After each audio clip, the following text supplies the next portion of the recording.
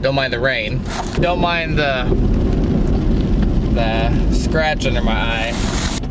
There, that's much better.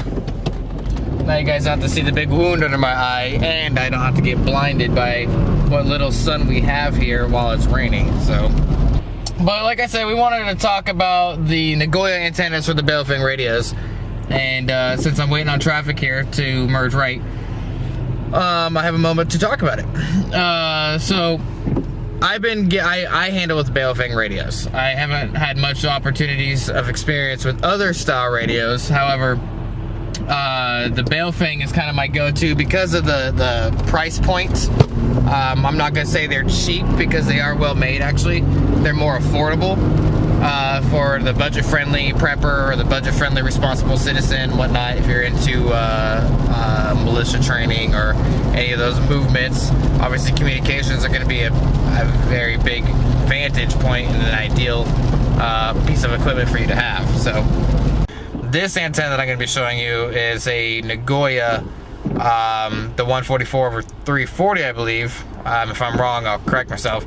Or 430, 440, something like that. You'll see it in the next couple shots. However, that's a bendy antenna, so it's a great antenna. It gets longer distance, longer range, longer. It has a better megahertz, all that good stuff. So, again, I'm a Baofeng ham radio amateur operator, and I would like to recommend Nagoya for your antenna needs. Even though, like I said, I can honestly admit that I've had my fair mishaps with Nagoya when it comes to their products, but I've also had good experiences with them too. So again, this video is about the Nagoya flexible antenna, specifically for field operations. So stay tuned, watch it. Those are our gas prices here. Hey, if you're watching that from wherever, comment your gas prices currently at this date of watching your video. Comment your gas prices. This is what we're dealing with. Some people think I'm lying.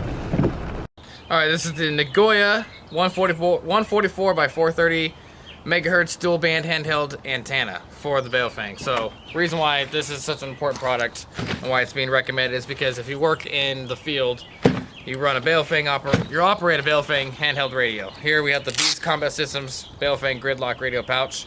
If you see the setup here, you'll see that I'm a right-handed operator, so meaning rifle's gonna be trigger finger's gonna be right hand. So that way, my antenna, the stock antenna, is running up just under my left arm. So, reason why this one's so importantly recommended is because if you open it, let's see here.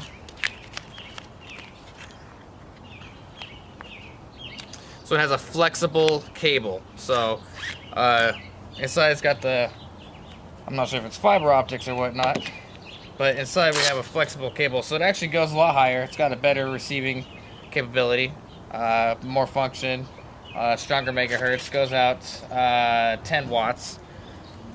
And you bring that in, no problem. And boom, now you're running a flexible radio, which you can actually, it does flex real nicely. So we can see that here. I mean, it springs right back into place. No matter where you're bending it at, it's going to actually work for your needs. So, we can get this on real quick.